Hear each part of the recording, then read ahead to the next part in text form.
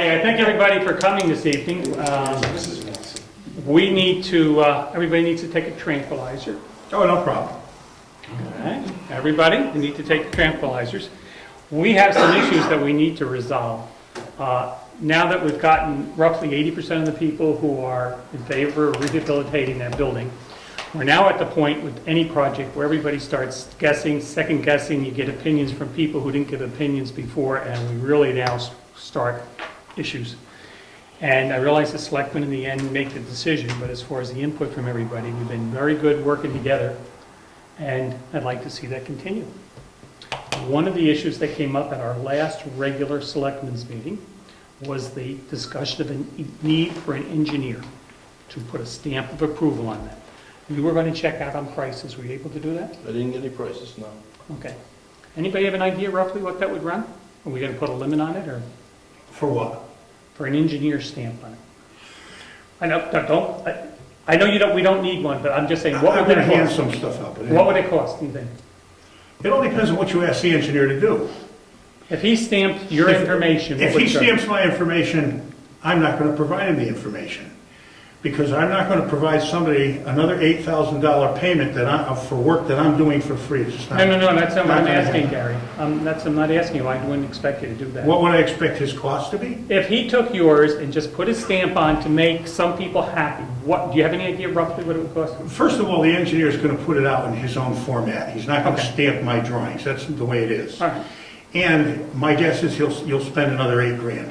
Okay, He that's says what no I'm work looking for nothing. I was hoping we could. And I'm not offering anybody all the brain works and then have them get paid $8,000 while I go home. Right, well, we're gonna cover So, that. that's- That's exactly where we're coming from. Okay. Okay, so I understand I where want you you to- are. It was $500 or something that would seem to, and they just looked at yours. To me, that seemed like that would be. It won't be 500. Okay, I have no idea. Promise you that. You have no idea. You haven't heard from anybody an idea? No, I want to go back down. Middleton had a list of engineers that municipalities use to certify structural work on municipal buildings. And they were going to share that with me, and I can pick it up. Okay, I know what they pay, Middleton pays to get structural engineered work done, and it's considerable. Okay. But because I designed their pole buildings for them. Anyway, there was an issue about the floor system. Let's go there. Before we find out where we're going, let's find out where we're at. And I can give everybody a copy of this. I went to Middleton and got the floor system. If you remember, I said that the loading on the floor was 115 pounds. I said it exactly in those words, 100 pounds live load, 15-pound dead load. Middleton ran it on their computer, and they came up with 100-pound live load and 15-pound dead load. This is engineering on a kindergarten level. I got this in Engineering 101. So here it is. And I'm handing everybody that can get one, it's all spelled out exactly. That the floor system that I designed is exactly what I said it was, and it works. And it says that here, that it gives all the member reactions, the structural moments, and the requirements for non-fixed seating floor loading, which is, it's all stated here. So, Can I just ask one question? yeah. When you were talking the other night, it seemed to me that you were referencing for the floor system Yep. what they did in the critical needs assessment, Salmon Falls did. Is that still what this is based on, or is No. this your own? This is your own? This is a completely different, That's fine. probably $5,000 less, maybe Okay. $4,000 less and much less labor intensive in cost to do. And it gives you everything you need. Okay, I just wanted to. Yeah, no, this is the, Okay. and that's what went into the price list. What I did was cost it out, this is just for comparison's sake. If you look at, I gotta go to that place. On this list here, the list first page, it says floor framing option A, floor framing option B. Floor framing option A was the Salmon Falls structure. Floor framing option B was the option that I have suggested, which is 4,000 and change less, perhaps more with the labor intensivity of it, because what you have to do to make that work is very difficult to do. You have to go under there and put 40-foot long LVLs on either side of the support beam that's down the middle, which has concrete piers in the way. So you'd have to knock out a piece of the foundation just to get that in there on the far right side. Very, very labor intensive and very impractical for what's needed to make that floor stable. So this is the option as runoff on the engineering computer at Middleton Building Supply, which states what it's for the schoolhouse, it's a floor joist calcs, and it's for assembly buildings with non-fixed seating, which is what that is, because there are two different parameters there. So this is that. Okay? And There it is. I asked Eddie Nason to come. He did suggest the same thing of going to Middleton because they can run this stuff right off. Okay. But he is not here to say that purposely, or not purposely. He's not here to give you that firsthand information. But he said, do you know, Brad, if that's true that these companies will do that for you? Yes. Although they will do it. And when I talked to Mr. Smith, he was quick to comment that he is not a licensed engineer. I understand that. He is using software that's provided to him by the manufacturers of the I-beams, if they're using I-beams. If it was for my house, I would use this. Because it's a public building, I think we have to be very careful to make sure we get all the necessary seals on the work. If you're going to do that, I'm going home. Well, I know you have expressed that, and that's what I I'm want not to going to say. put hundreds of hours worth of work And into we- something that you go pay somebody else to redo. Don't go yet, don't go It's yet. not doing it. We have a set budget to work with. If we're going to spend 5,000, whatever the number is, more, then we've got a situation, a problem in front of us if that is the case. We're not having enough money. So that's a concern, to go back to the voters and say, now we need $5,000 more, Or 10. or 10, whatever the number happens to be. Because the engineer's going to want to design the entire project, and he's going to get paid for it. You paid $8,000 to get a home inspection report on that building. You're going to pay a lot more to get an engineered design, I can guarantee that. I don't know any engineers that work for nothing. But anyway, and I'm certainly not going to sit in my office and draw up a whole bunch of stuff that somebody can, Dominus Vobiscum, and No, get I- $8,000 for it is not happening. I can understand that. I can understand your frustration. Well, on it's it. not frustration. Let me tell you why I'm in this. I'm in this to keep the town from getting hosed. I've got 40 years' experience. I mean, I know you don't want to hear that, but that you're sitting in a building I designed and built without an engineer. And we went through this last time, endless debate, and you remember, Bill, I don't have to tell you, we don't have to rehash that. But it went on for months, and I have less patience today than I did then for that kind of stuff. Especially, I got paid for that. And I'm not asking for money for this, because I don't want to see the town spend the 200 grand it's liable to spend if they, well, enough said. This is the floor system. This is engineering 101. This is nothing complicated. This is so simple, it defies the imagination. And if you guys want to do that, I'm saying go for it. I don't care. I'm not insulted. I'm just not going to participate. No, that's why I want to get settled today, because it's really not fair for you to present a plan for next week if we are not going to use your plan. It's not fair to you. Exactly. And that's what I want to resolve, because we have a whole bunch of other issues to do. Well, if you're going to give it to an engineer, I'll do the plan if he's going to stamp it, but I want the same fee he gets. Simple as that. We're up to 20,000.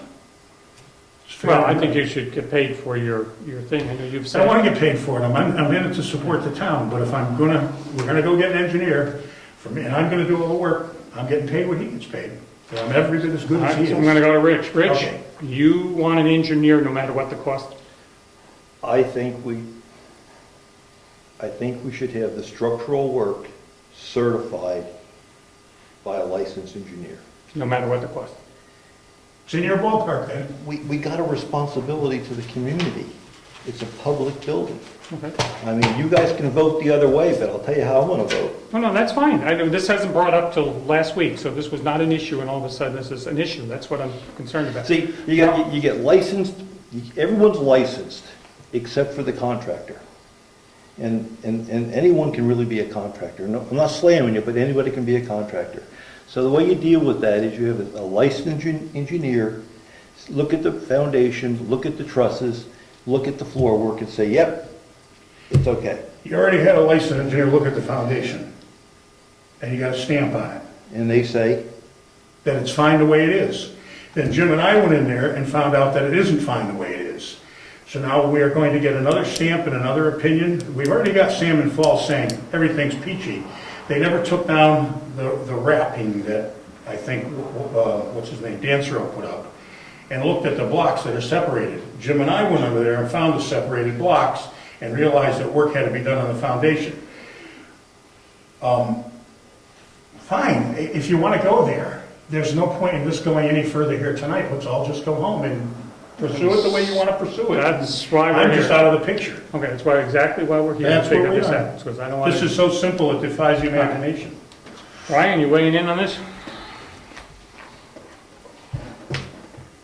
If there's, my concern is if there's a law saying we have to, then we'd be obligated, but if there's not a law, then I don't foresee the need for an engineer, but if we get advice from council saying you have to by law, then that'd be different, but if we don't, I don't see the need. Does the council say we have to, or does the council say we should? strongly recommend. Well, they would recommend anything because they're lawyers, but that's okay. But there are no RSA's. Okay, that was my main concern. is Yeah. understand. One thing that we're not looking at is also state assistance for engineering schematics and approval that we may be able to apply for if we just address the state, tell them what our situation is. I again do refer John Catwick, who has dealt with the reconstruction of a historical building, who may have some inlets. Maybe we're jumping the gun, putting the cart before the horse, and not looking at what all of our options are and trying to do things in a cost-effective manner for all the residents. We agree by the vast majority that we want that schoolhouse. We want to repair it. That was based on a Based on- financial figure. And I'm sure if we go to a public vote, you'll have the same result. But that would be delaying the actions that we should probably be taking now to try to preserve something that people take a lot of pride in. That's not a question. The question is, would the people have voted the same if they knew it was going to be cost $20,000 more, I guess. We don't know that. That's an unknown. My guess is, And people who have expressed that we're told, and we've had numerous meetings on how much additional expense there would be. I, for one, have no problem with spending a couple extra dollars in my tax bill to preserve something that I find pride in. No, that's not the question. The question is, the people that voted on, or not voted, the people who gave their opinion on that survey were given a price range of what each option was going to cost.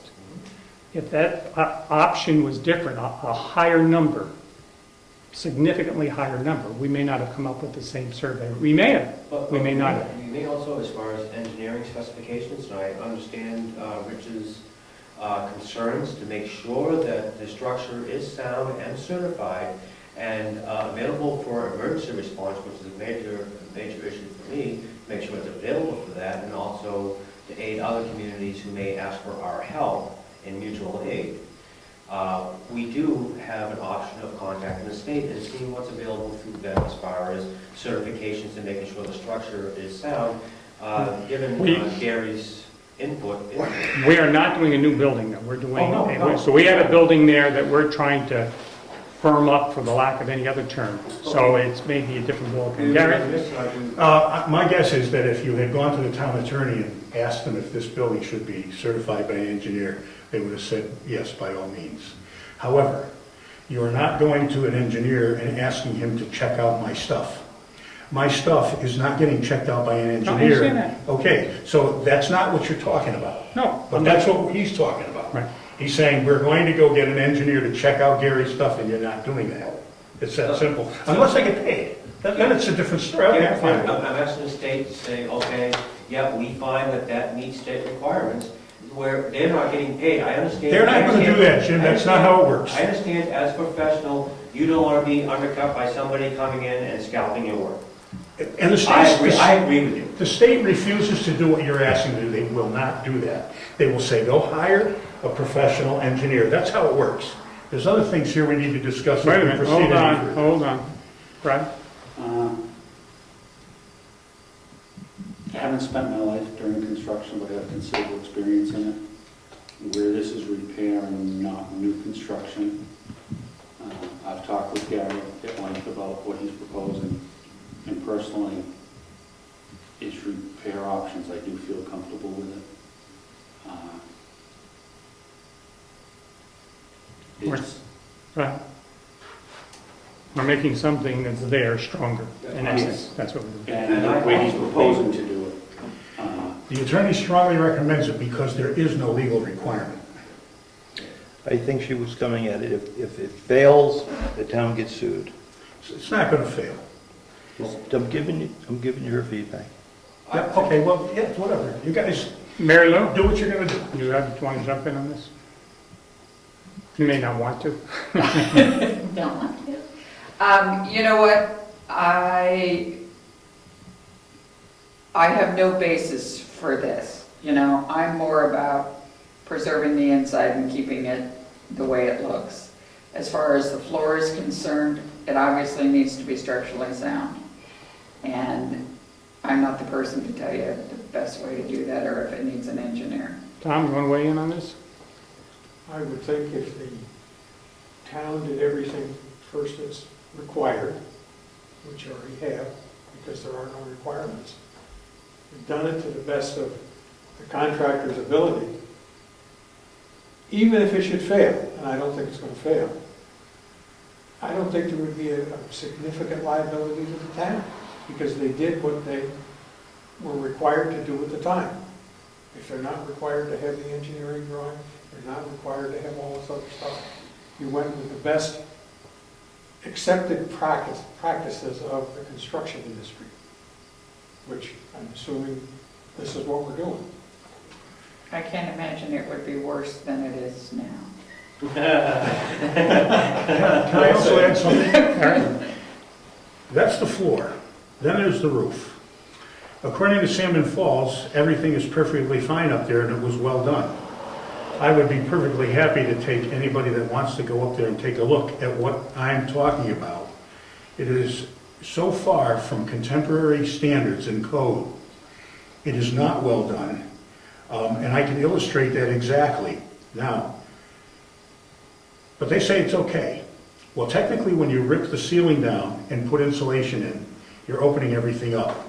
Anything that's there then is acceptable according to an already architecturally stamped set of assessment papers. While it's open, it would be positively, that's why the ceiling goes like this, by the way, because whoever put it together didn't want to spend any more money. It would be perfectly foolish to open that up and not make that ceiling very straight and add additional trusses where it's already been stated that it's acceptable by an architectural firm. Even though I maintain it is not acceptable any more than the foundation was acceptable. And it isn't. I'll take anybody that wants to crawl under there and show them this is not acceptable. To enhance those trusses, you wind up adding something to the building that it would have never had if you followed to the letter the Salmon Falls thing. Then who's liable? Salmon Falls if the roof falls in because they said it was acceptable? I'm telling you, if you fix it and Middleton cannot engineer trusses for that. They haven't got the ability. And no truss program in the world has the ability to do that because what they are is field fabricated trusses that have to be installed from underneath to supplement the lack of trusses that are not there. Consequently, for a lot of reasons, for instance, you can't buy a 2x6 bottom cord 28 feet long, 26 feet long, because they only make them 24. You would then go to the next size structural member up, which is 2x8, which you can get 26 feet. Way in excess of what's required to fix that. And then fabricate a truss. And because you cannot roll truss plates in place to fix web cord members together with a truss press, which is a big rolling thing that you put the truss pieces in and they roll the truss plates in. You can't do that. So what you do is you put plywood gussets up there. Up until 2001 in the state of New Hampshire, you were able to make your own trusses without an engineering stamp. But there were failures from people that didn't know what they were doing who made trusses out of plywood gusset plates, and there were failures on new buildings. So they consequently made it a law that all trusses had to be engineered in the state. But that is not going to be a new building installed truss. There's no requirement to have an engineered truss. In fact, there's no requirement at all for us to even change them. But anything that we do will enhance the building. I mean, that's a non-issue. The floor system seems to be an issue. Middleton ran the specifications. You know what an engineer's gonna do? He's gonna go into his program, he's gonna come up with exactly that, and the work's all done, he's gonna put an $8,000 price on it, and he's gonna go into his CAD program, and he's gonna draw up the drawing plans for the building, because I'm not doing it for him. Well, we got And he's gonna charge you $8,000 to do something I was gonna give you for free, so. Last comment, we're going to make a decision. Like Gary said, I've been under there with him. The structural stability isn't adequate for the needs of the town. That's obvious. If anybody goes on there has even the most general idea, we'll see that. I've looked over Gary's schematics, what he's proposed in detail, and I feel absolutely secure that his plan will pass any occupancy scrutiny from any state or local agency. Okay. There's no doubt in my mind. Or you can pick floor option A and spend the extra $5,000. And the Salmon Falls stamp that. And then if it fails, I suppose you could sue Salmon Falls, which is an LLC, and there'll be no money there for you to get. But if people die, then of course they could go to prison, but that's not likely. So that's where you are legally. Now, when I was down talking to Mr. Smith, he offered to come out here and work the trusses. I said, well, I don't know when we're going to do that. But he would be willing to come out here and engineer the trusses to make sure that they'd fit. And if they don't fit, he'd say they don't He fit. has no idea what you're talking about. He cannot come out here and engineer those trusses because he has no concept of what you're asking for. He hasn't got the ability or the expertise to do that. Who's Mr. Smith? He's the I know Brian for 15 years, but okay, go ahead. he's the employee at Middleton Lumber that puts together these specifications using software that's available to him. Right. And he could do this, and he can do trusses. Now, if the trusses don't fit in there, he can't do the truss. Right. He said he would come down and look at to see what he could do, to see if he can make them fit. Because trusses are, again, complicated structures. You've got to... They aren't necessary. They're not required there. We can leave them not there. I'm saying, if you guys want to do that and involve other people in that, you can go ahead and do it. But if the trusses are, that's the issue that's put in, how much more is it for the trusses? Oh, I have to look. 4,000, Wait 5,000? a minute here. He is not going to do what you think he's going to do, because he's going to look up and say, no, that's not in my program. He's not an engineer. He can't hypothesize on what's going to be done. He'll come out and look and say, no, but you can get him out here if it'll make you feel better. He also can't certify it. He can't certify it, and he can't design one with the program that's available to him. It's not built to do that kind of work. It's built to engineer a new truss that's going to be set in place with a crane. Because the only way you can build a truss by his program is on a truss press with truss plates, manufactured by specific people. That's a fact of the matter. That's what we're dealing with here is fact. If you want to get him out here, and he's going to tell you exactly what I told you here. Fine. And here's the thing. Here's the truss thing. I mean, I didn't even have to include truss. I said, leave Salmon Falls just where it is, and that wouldn't even be an issue. Oh, let me find them. Trusses. Roof system. Roof system. Roof truss framing. Okay. The total on that is $11,416.44, including labor, which Salmon Falls says isn't required, isn't necessary. That's perfectly acceptable the way it is. If I didn't call this truss, if I didn't call this a truss, and if I said ceiling joists, this question wouldn't even be coming. I called it a truss because technically you're going to install ceiling joists, and then you're going to hook them together so it's a much more stable environment or situation than would be if you just put the ceiling joists in. But we could have said the word ceiling joist, and this wouldn't even be a topic for conversation. This is what exactly happens when people don't know what they're dealing with. So we're at a situation here where we've had a building that's been standing in that location for how many years? 34? Since 67. 67, and it hasn't fallen down. 200 So hours. obviously what's proposed is to add to what's there, which would make sense that it's only going to make it stronger, not weaker. If he was removing them and putting new ones in, then we got an issue, but he's not. He's adding additional ones. Then you would get new engineered trusses. Simple as that. All right, we need, Can I just ask, sure. I remember the center beam wasn't centered, it was one side, it was. Yeah, 9 and one side 13. long. So essentially, this first page is the, Let me go where you But you need some of these, they're up here. Yeah, the first page is, I gotta look at it again because I forgot. Okay, bearing length is, the first one 13, right? yeah, 13, which is the side closest to this building, and 9 feet is the side opposite, which is, 2 by 10s are more than adequate. If you look at the specifications, it says,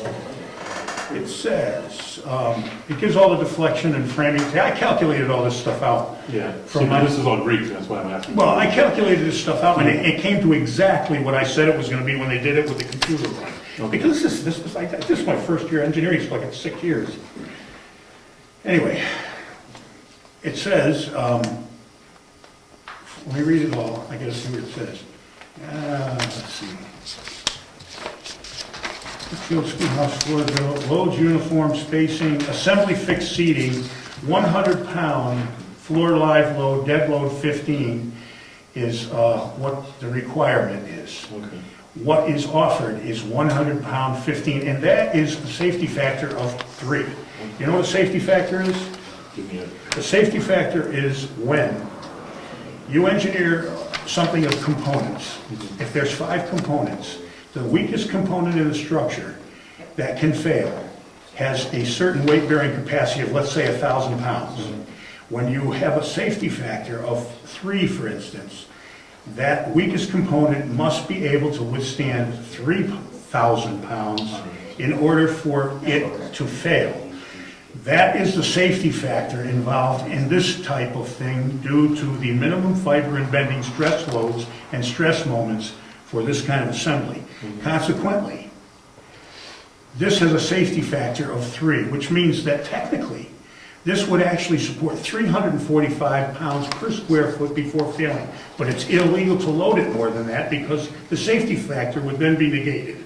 Question for you, Gary, do they use, when this was done, this is using the same type of wood you were, I know it's different species or different. It specifies that right up on top here. Southern pine. With the cheapest wood that we can use. If we use Douglas fir, you actually get 120 pounds and 20 pounds, which is unnecessary because this is a safety factor then of approximately 3.8, which you don't need. You're never going to put 1,000 people in that little room. And that's, I mean, you can multiply it out. It's 1,000 square feet, and you have 1,000 square feet with 115-pound loading, so you have 115,000 feet with a safety factor of 3 pounds in there. 115,000. The dead load is roughly 15 pounds. Actually, it's 7.5. But 15 is the standard load used.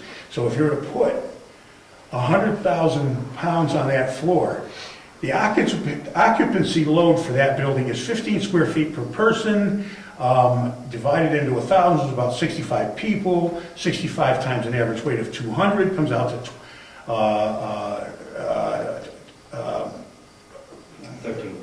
12,000 pounds. Let's call it 13 or 14,000. That floor is rated to hold 115,000.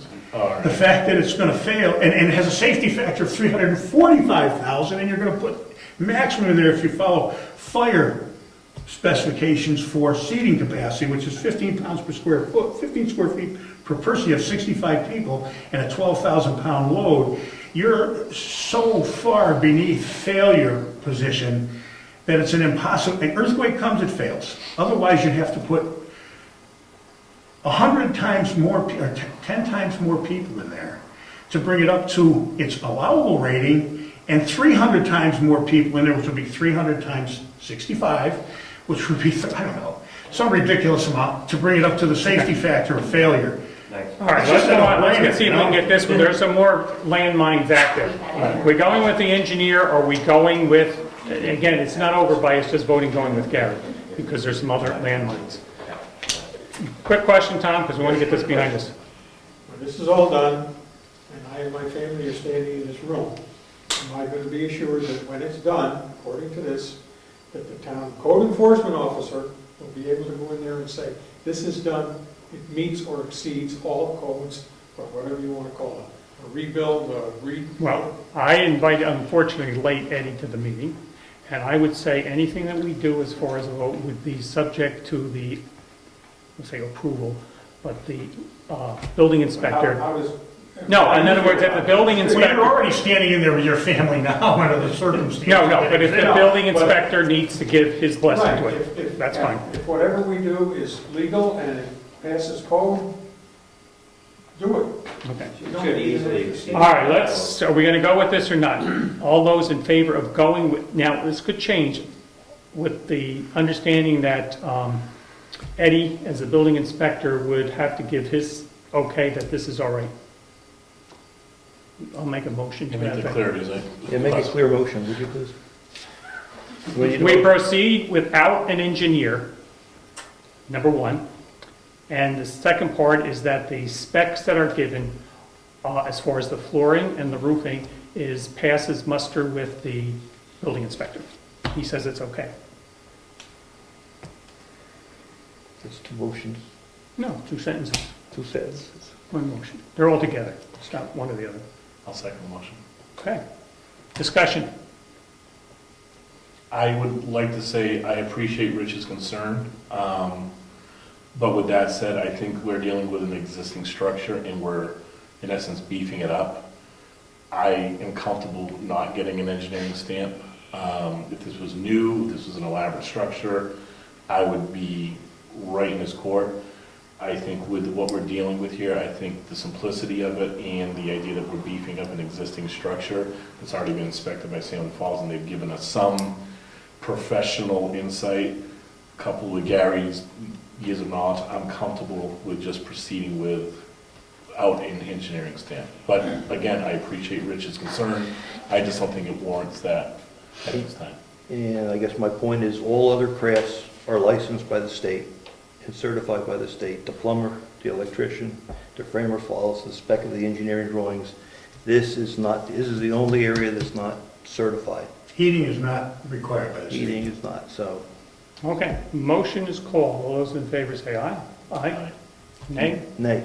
Okay, we want to put on the record who voted no and who voted yes, so we can't all argue that covers everybody. But this isn't over yet, because we got a few other time bombs that are out there. Gary, you said to me, we need to clarify,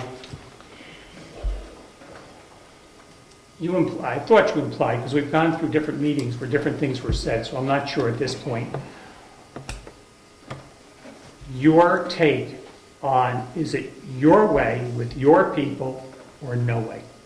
In other words, for you to participate in this, it's got to be Gary's way. No, Being blunt. my way is the drawings and specifications. Let me explain.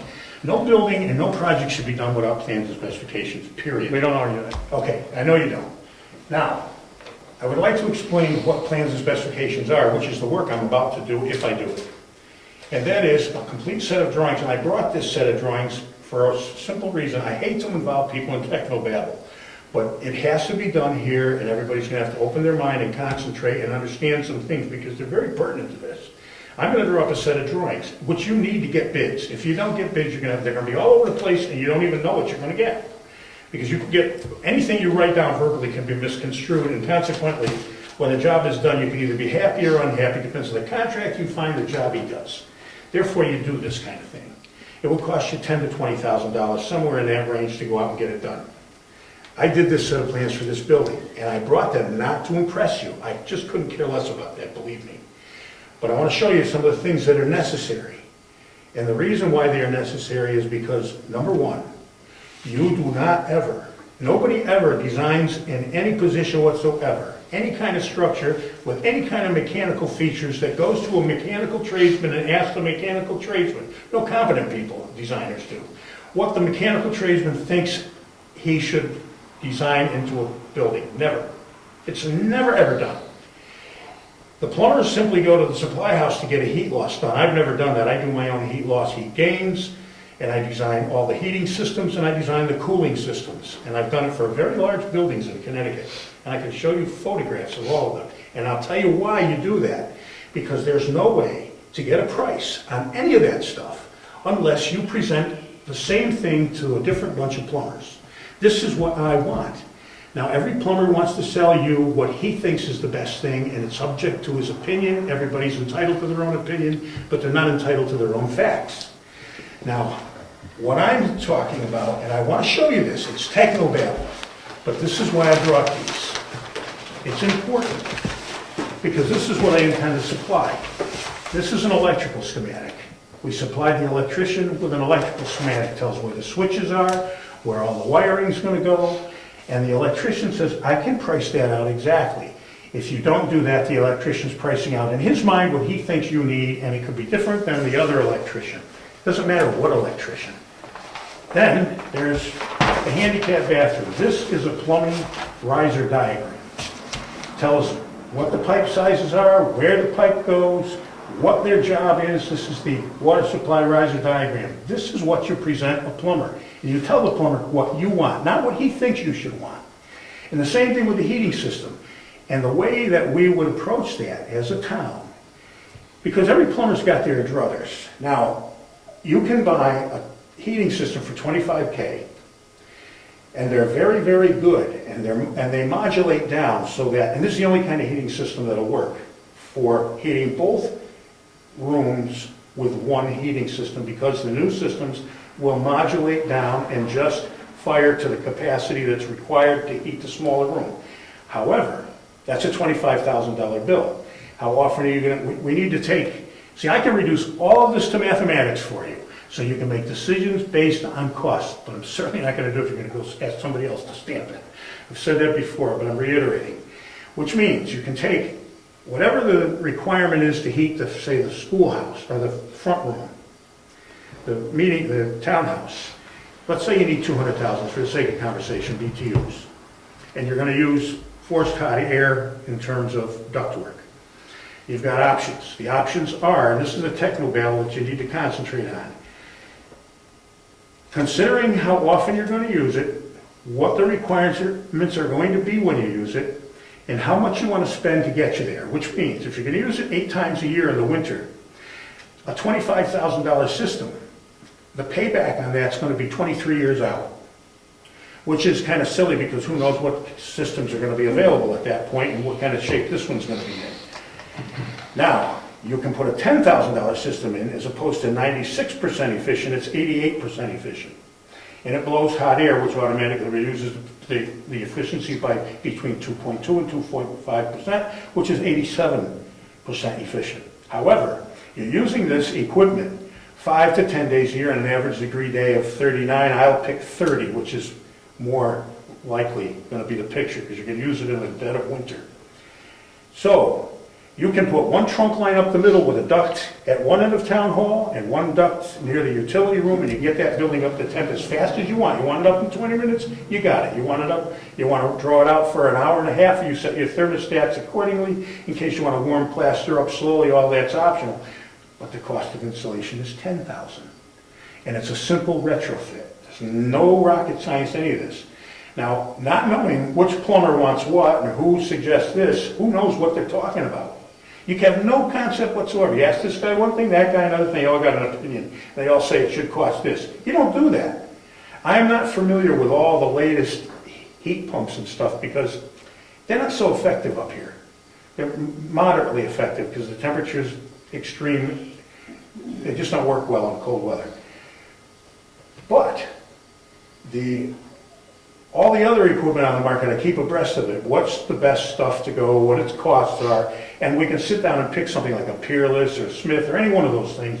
Even some of the German ones are really excellent. Say, okay, this one's got so many BTUs in, so many BTUs out. It costs X for a BTU. It's going to cost this much for the year to run this thing if you heat it for 10 days. How often do we heat that building in the winter? I don't know. Tell me, you know. Well, we leave it at a minimum. Are you leaving it, you assuming that it's at a Well, minimum? you can do that too. You can get it down to 50, or you can turn the heat off. That was one of the conversations that I heard. No matter what, it'll be better than what we've got now, because what we've got now is archaic. So you have the choice. $25,000 modulating system that will temper the water down. It'll heat both rooms. Cost you big bucks to put in. So the question is, how do you make that decision? How is that spec generated? Well, first of all, we'll take and pick up. This is what I would do. have two systems available to you. One, it doesn't matter whether you buy a triangle tube or one of the other comparable modulating stainless steel condensing boilers, or not boilers, but whatever. It's not a condensing boiler. Whatever unit you buy. It doesn't make any difference. Buy one of the top end ones here, or you buy a regular hot air furnace. Either way, the prices are comparable. One's a little more than the other, a little less.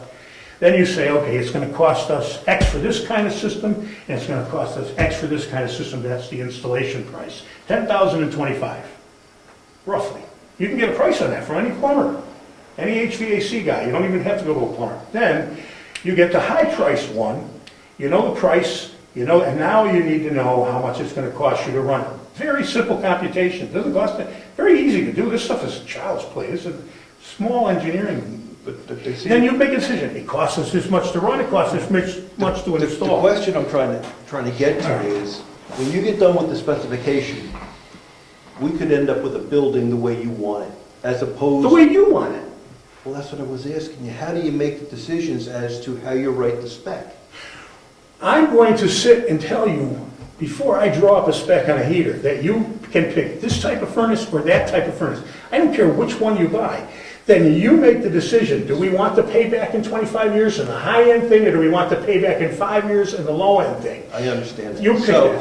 So, for us to move forward, we're going to have this specification done over time, and as issues become obvious, you're going to be charged with writing a spec for Yep. that segment. Yep. So it won't be a deliverable of an entire plan, but the next phase. Yeah, this wouldn't be part of the schoolhouse anyway. This is the heating replacement for the townhouse, because that was part of what you were talking about. And that could be next year. There's not no need to go in there right now and spend either the 10 or the 25 grand. So if we went with a different plan, we wanted a totally different type of system, that's not an issue with you. No, it has nothing to do with this. But if you did the bump out, it would become an automatic issue, you see, Okay. because then you have to replace the heating system. And where I was going with that is, how do we as a town decide what specs we want generated? We got to go down that avenue, as long as we have flexibility. Brian?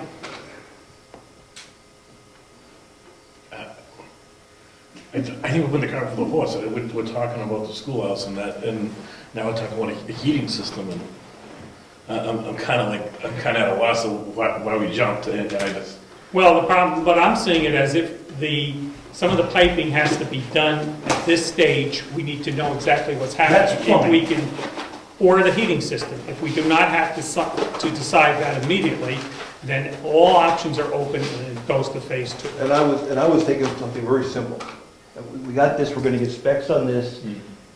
I think the next hurdle is going to be, we're going to take the ceiling down. What, and I might be wrong, but what do we put up? Because if he's going to give us a spec, what you have input? We're coming to you on that. But you have input. So as we go down this path, right, Absolutely. every time we do an improvement, we got a decision to make. That's right. So I'm And I trying to need get to the know what you basics guys down want here. me to do, to draw it into the specs, absolutely. Okay. So I guess one of my things would be, I want to go back to the HVAC thing for a minute. Because I'm wondering, Gary, if you talked at great length about putting a Renai in that back schoolhouse. Yep. So if you did that, don't you need to do stuff to put the Renai in before you move to the whole townhouse heating system? Let me explain Or that. are they going to be totally separate? You're considering them as totally separate buildings, totally separate heating systems? Correct. Okay. But you know why? Because they Okay, I have, got number one, one's going to be super insulated, and obviously the townhouse is not. It is what it is. We may insulate it in the future. We put insulation in the ceiling already. Yeah, but it isn't super insulated. I mean, I it's just a understand. couple hundred years old. The new building, No, the townhouse, we did put insulation in the last less than 5 years. but it's still not super insulated. I mean, the windows. No, I get it. No, I get, yes. You're right. So you're going to have a greater heat loss Only there the ceiling isn't. based on We're cubic making progress footage on than that. you will have if you super insulate. All right, let's move on to the next one. So what Let me I think- finish. So what I think we need is we got floors. Yeah.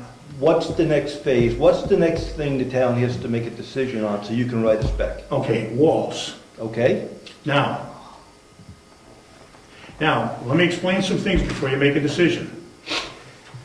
Now, wait, don't you need to do the foundation?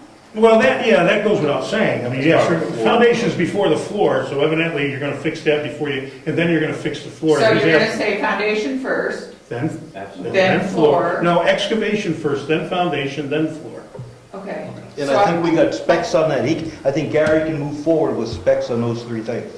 Yeah, but the set of plans that I draw will encompass the entire project. Yeah, but can't you do them in phases? No. They do them in phases. That's not how you do a set of plans, because everything relates to everything I see else. plans, Danny. All right, wait a minute now. I was under this, with the exception of the heating system. Everything else can be done, correct, in one shot? I mean, you gotta realize where the bathroom is. There's some of these things you gotta figure out, even if you don't put it in until later, you've gotta realize where you're gonna put it. Okay? Question. Mary Lou, the doorway, going from the schoolhouse to the townhouse. Does it become the full width? Can you accept that for handicap accessibility? I have wrestled with it a lot. I can, and here's my carrot or whatever. So in the world of preservation, what should, or the standard is that if you do something like that, you need to be able to reverse it.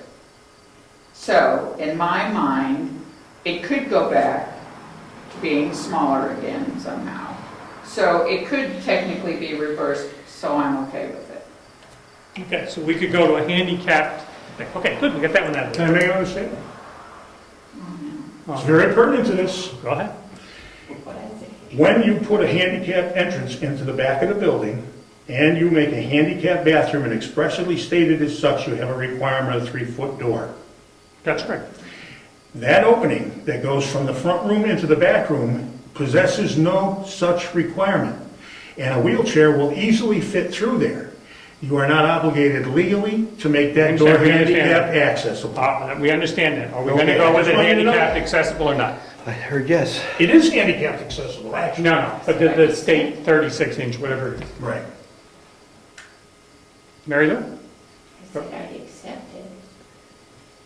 Do we leave it as is, where you can get a wheelchair through, or do we come with the official? Can you get a regular Sure. wheelchair through? It's 2'6" wheelchairs are less than 30 inches. I go with 36. I go with the Big legal. electric jobs, if somebody comes in and wants Yeah, they still fit. The way you get into a problem is the bariatric wheelchairs. Pardon me? The bariatric wheelchairs are considerably wider. Yeah, I mean, you have to measure it, We're but- seeing more of those. but most of them fit through a 2'6" So your door, mom but got it's in the just, other they night? just fit through. They just fit through. Is that a regular size That's the wheelchair she regular was size in? wheelchair she was in, yes. But it was tight, but she did get in. She did get in. You talking about the barbecue the other night? Yeah, Yeah, she barely squeaked through that door in a regular wheelchair. right. Okay, I'm just giving you facts. I understand that. Not arguing for or against. to. I was under the impression of the federal ADA, that was the 36-inch was a requirement. On a new building, yes.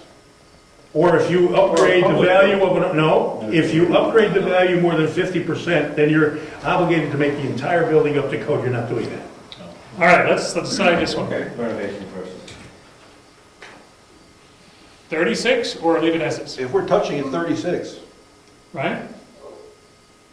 I'd rather make it wider. I would too. 36, all right, we've got that. Windows.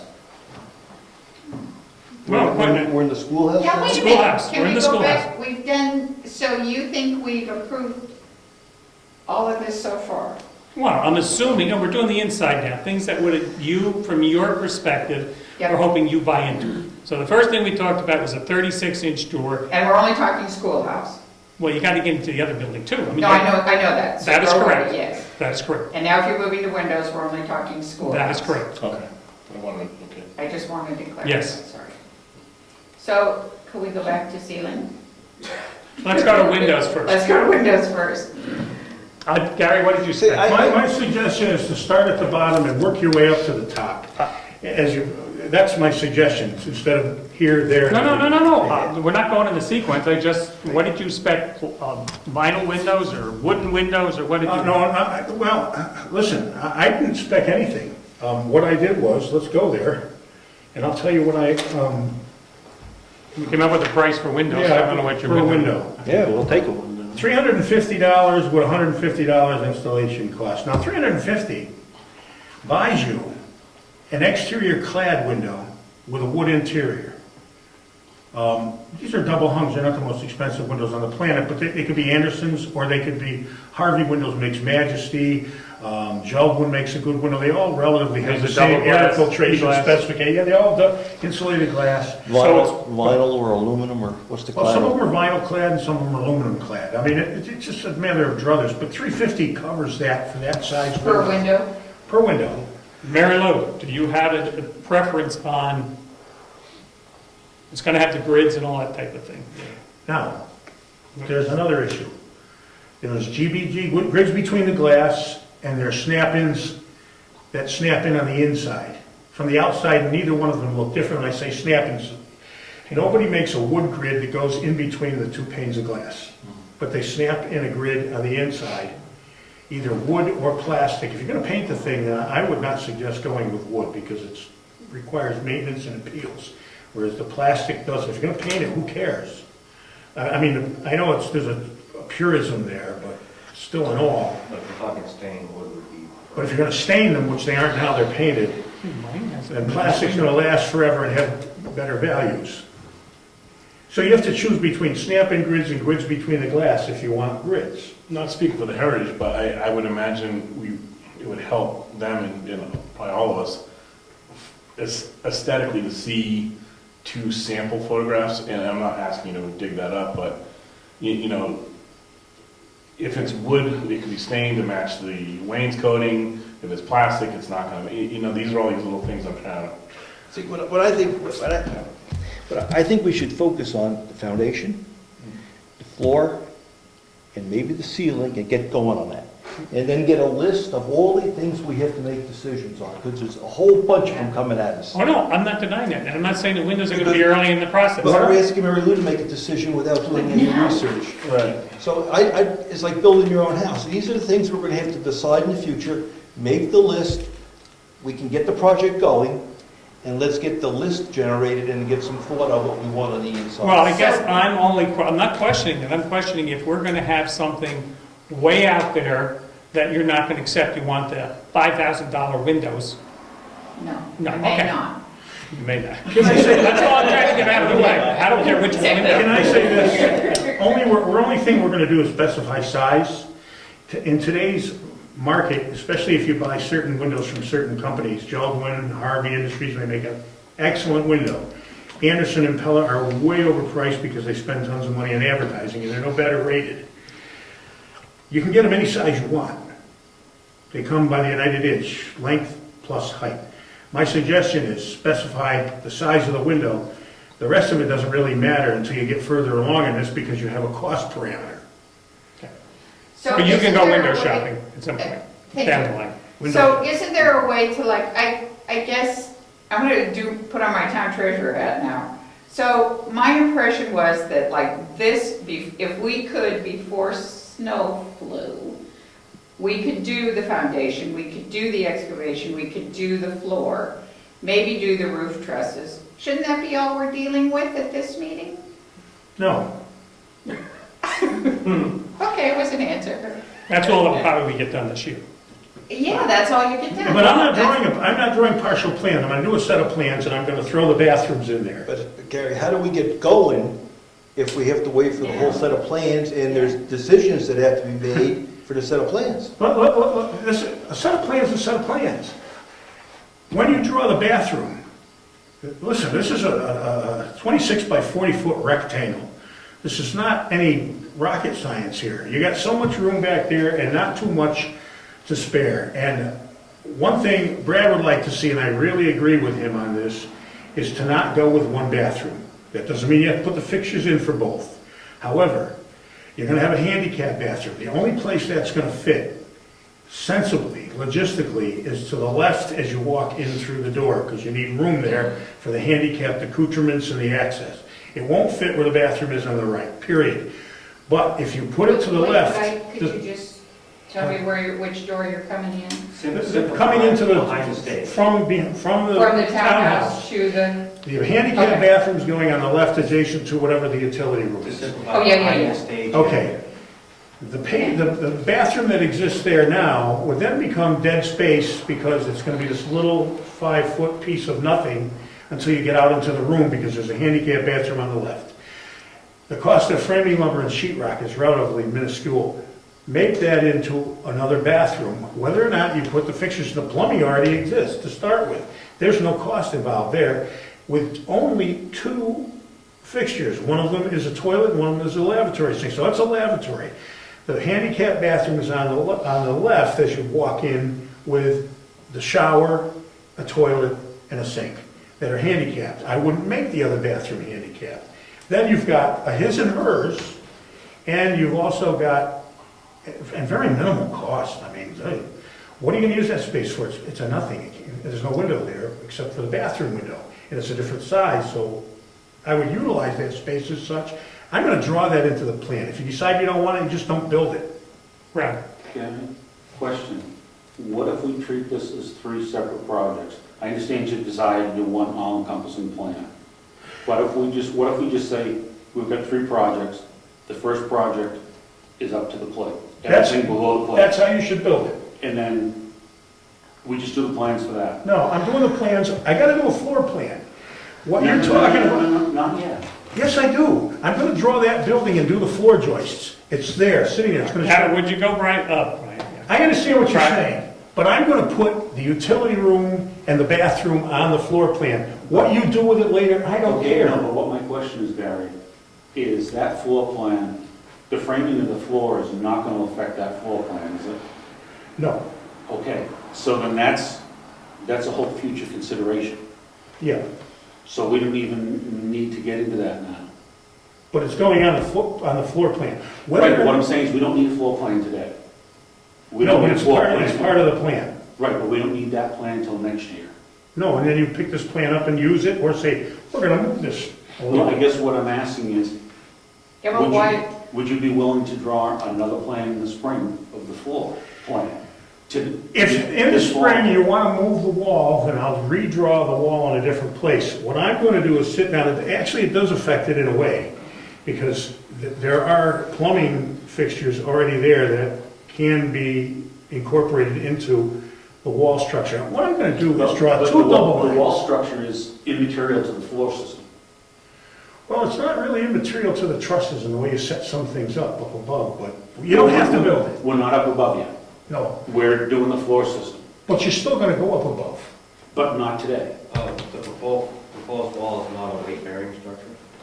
Not weight bearing, no, none of them are. And the only thing you would need to know is where the drains would be, where pipes might have to come underneath to go into a septic system, so they don't hit a beam or something. All I'm gonna do is in the plan, there's gonna be a floor plan, there's gonna be a utility room, and and 2 bathrooms, you can nix one, you can move the wall later, I don't care what you do, it's just gonna sit there, you can do what you want. There's another option, and that is Gary puts together the entire plan, Yep, and that's the straw proposals. And from that point on, we start making changes to the straw proposal. you can make changes to the, To the whole thing, because unless we get the input from the town, I don't know how you're gonna draw it. I'm telling you, and if I have to put this in writing, I will, you're talking about making changes, and if you take my plan to an engineer, you're gonna pay me exactly what the engineer No, no, we're not charges. talking about that, Gary. Yeah, but you're talking about making changes, No, no, and no, that no, could no. entail an No, engineer. Gary, no, wait, Okay, I don't but I'm think he not said, gonna I didn't suck think it he in. said it that way. Okay. It's, You wanna if change we the floor going plan, to- I don't care. Well, I don't foresee the town getting more involved in this personally, other than when we ask for more money. I don't Because care we've what had- you do with the floor plan. The point is, when you write your spec, I assume you're gonna talk about the wainscoting. I'm assuming you're gonna talk about the sheetrock. You're gonna talk about the electricity. That's all, the town should have input into that.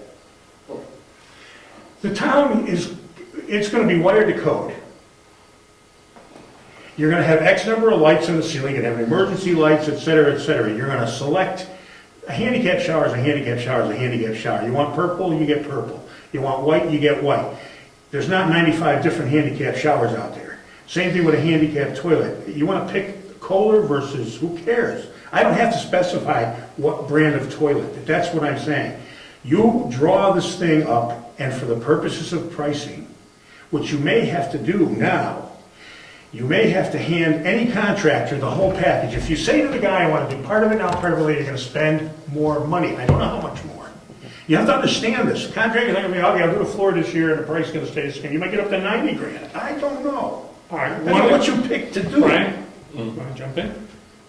I don't know where I'm jumping into. We were talking windows, now we're talking about bathrooms. No, I was only getting a sense from Mary Lewis to what you would accept. I understand what Gary's trying to say. Gary's saying if I'm gonna do this, I'm gonna do this one time only, and I'm gonna make the floor, and we're gonna design this for the floor, the trusses, blah, blah, blah. And then if you wanna make interior changes, but that's easy enough for him to do it. He's gonna draw this plan once. And that's what he's gonna use to begin the foundation, the floor, the roof trusses, and we'll. And that's what you're gonna use to go out to bid, because you're going out to bid on the whole project, maybe. Who knows? Mary Lou, the ceiling. So I'll go to the ceiling. Okay. No, you got walls yet. There's an issue with the walls. I know. So here is my thought that we discussed at great length at more than one Heritage Commission meeting.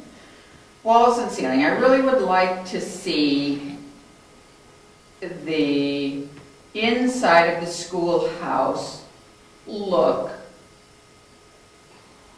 pretty much as it does now. I would like to see the wainscoting kept. Mhm. I would like to see, I don't want to walk in there and see walls like this. I want to see what looks similar, what looks like the 1801 schoolhouse, or by the time it was done, the 1950s schoolhouse room. So, you know, we went along through the meeting and we would say, oh, well, we could do this, we could get new windows, we could do this. But by the time we were done, we were looking at a brand new building that looked like this. And that's not what we want as the Heritage Commission. So what we were trying to say is, we would like the wainscoting kept. If there's a way, and I understand there is, to put insulation in to do electrical, do it from the outside. It's going to change I know it's going to change your. Can't do it. It's easy to say, but. I understand you can. You So- can, but then the whole outside looks different. You're not going to do the whole wall, you rip the siding off the whole building and put new siding up there, because you're not going to make, the bottom's going to look brand new, and at 5 feet up, it's going to look like it looks now, and then the thing is going to look atrocious from the outside. It's a waste of time and money to do that, by the way, too. It's very difficult to do. Because this old wood, you're not going to punch the nails through and pull out that last piece of siding and not damage. You're going to find it winding up who knows where before you find a good course of siding. I've done this before. I understand. Very difficult to do. It rolls off the tongue real easy, I understand. but it's hard to do. Go ahead, Leave the finish. wainscoting Now we're going to inside. the other two that have come. Okay. Go ahead, finish your. Ceiling, one of the things that was suggested to me, and I kind of liked it, was to finish the ceiling of the schoolhouse with blue board, which is a kind of sheetrock, and then skim it with plaster so that it would look, we agreed to get rid of the home soap. A coat of plaster, the idea to give it a more look of an original plaster finish than the super smooth finish of contemporary sheetrock. It works. Okay? Can I say this? There's no more lath. There's no more lath. No, I get that. It's just blue board, which is blue sheetrock in essence. And what they do is trowel fit, no more scratch coat, brown coat, finish coat. It's just blue board and finish coat, and what you can trowel on to give it the rustic look. And leave the wainscoting. Right, so far, we're making progress here. But I would do that above the wainscoting up, because if you don't, you have no way to insulate those walls adequately. Without opening that wall from there on up, there is no way to insulate that. So you would suggest the blue board, which could be skimmed with the plaster? From the wainscoting up, blue board and ceiling blue board. So just to talk about the wainscoting is, I like the idea of keeping the wainscoting, maybe we're gonna touch it up and paint it and whatnot, but we would remove it, we would have the ability to insulate and run wiring You didn't look at this. I did, but many Schoolhouse days wall ago. option A, got walls above wainscoting, Yeah. et cetera, do all the other business. Then the insulation, Demolac pour in place 352 422 closed cell. That's a special kind of stuff that, once you have the wall open above the wainscoting, you pour this in, it doesn't swell, it forms up a solid foam barrier, which is what you want when you can't spray foam a wall. And you're able to do the electrical without removing the wainscot? Oh, sure. Okay, this You me can go asking right, questions. you can come, the wires can come through here, And then just drop and it. it's snaked down to various outlets. You don't have to go outside and rip anything Okay, off. this is me asking questions, because Yep. I like the idea of keeping that wainscoting. Very simple process, And cleaning up, and then blue board at the top, because that needs to get done. easy to do. And the plastering of the ceiling, I think makes sense with the rustic coat. Okay, so let's go to those crazy blackboards that are over there that are not blackboards. They're really, I don't know what. Before we go Are they- on, please, Sure, oh, I'm sorry, sure. and I know that you've also had your hand up for a long time too, so. He goes first, because you're That's right. interrupted. Go ahead. Well, I just First. want to interject myself in the middle of this and try to streamline the discussion. Now, Jerry's idea is to get the layout done so that we have the structural stability and the layout and how the performance of the building is going to be set. That's pretty much irrefutable. Most everybody else, and I think this is Rich's point, is that everybody else is discussing the aesthetics of the building, which can be altered along the way. As long as we have the structural stability down, the foundation up is set, we can change the aesthetics in the building according to the wants of. That's not an issue, because what we need to do is have a sense of what it's going to look like. You can fine tune it, you want pink, yellow, whatever, but that's not it. But I want to find an idea what you're going to accept as we go forward, because if we go forward with this, all of a sudden you want gold ceilings, we got a problem. So we have to have a rough idea now what you're going to accept, and lighting will be another question. Mr. Chair, what I was trying to present is that Jerry wants to put up the general structure, and then if we want to change we want to discuss the wainscoting, the walls, the colors, things of that nature is aesthetics. But the general structure has to be set. Well, that's what we've assumed. Yes, Rose. Have we authorized or given anybody the responsibility of making these design decisions? No, and Okay, that's, all right. I almost would think like a subcommittee and the other thing I would like to see is somebody. Are you talking about inside? I'm talking about for the job.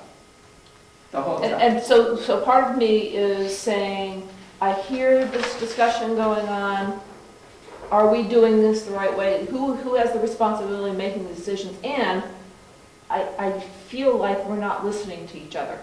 I feel like there's a lot of, no, you can't do that, no, we went this way, no, but. Can I answer that? No, not yet. No. I Okay, just feel like You we put up a don't lot. have a, Cohesive. yes, but we need to have some more basic decisions made first. Who's responsible for more than putting together the plan, but for all the stuff that has to be submitted for the plan to be put together? And that's what we've been arguing about this whole time here. No, I don't think it's arguing. I'm speaking for myself only. Okay, arguing is the wrong word. Trying to get a consensus of where we're going. It could be fine-tuned later. To me, I've heard all different things thrown out there. I would like to get a consensus of where we're going with this. That's all I'm looking for, just so everybody's talking the same language roughly when the public comes and gives you a thing. This is roughly what it's going to look like. There may be changes. That's where I'm coming from. I don't want to hit with a surprise way down the line that we are envisioning this, and all of a sudden it comes out totally different. We're going to have school desks nailed to the floor. We're going to do So this and in that. fact, we're the people here that are making these design decisions right now. Pretty much so. yep. Can I ask you what design decisions you're really referring to? Are you talking about lighting or what? No, I'm talking about where the bathroom goes. I'm talking about how many bathrooms we have, how many fixtures in each bathroom. Why isn't there a tub? You know, all that kind of stuff. Right. You have made some decisions, Gary, that I don't think anybody's even thought about yet. Rose, can I give you my opinion of how this is going to probably go? We're getting some of this stuff hashed out, ironed out. Gary's gonna draw up plans. I envision us doing some of the simple structural things that really have there's no decision-making process being done. I envision us, once we get some of these initial structural stages done, us then taking these plans, rolling them out with all around the actual table, saying, Gary put a bathroom here, and blah, blah, blah. Would we want to do the 2 bathrooms? Would we want to not have the bathroom there? Make those, Isn't that easier to say to Gary before he starts doing the work? from what he was saying, the interior jigger-joggering is really not a bigger deal. It's not a big deal. It's minor. Let me say this to you, I'm trying to answer this question. I have figured X number of lights in there based on how many lumens are required in the room, to light the room, and I pick schoolhouse lights. You don't have to put schoolhouse lights there, I don't care. The cost of schoolhouse lights is figured in here. You want to buy a different fixture? You're telling us that you're going to put together these plans, yet we have not given you the input yet. Yeah, you have. You've given me the input, and the input is all the structural requirements. No. The lighting is, Okay, I designed. Okay, Rose, may I ask you a question? yes. Where are you looking for the input from? On what That's what I was things? asking, who was... No, I'm in asking you, charge? where do you want, what areas do you want input on? So in other words, we could say to the Heritage Commission, you decide on the windows. I thought, since that's where we were going on windows. You agreed to put replacement windows on. My thought is, they decide that. They pick the window, go window shopping. So what is another area that you're, the lights, as far as I'm concerned, the Heritage Commission can pick them out. Yeah, where would, if we just looked at it from a purely, ignoring cost, ignoring aesthetics, where would we want to have a bathroom? Yes, maybe it makes sense where Gary said, but maybe it makes sense somewhere else too. So shouldn't we have some of those things discussed before we send somebody off to do the work? It all depends on how much acumen or what expertise you have in doing layout. I've been doing it for 40 years.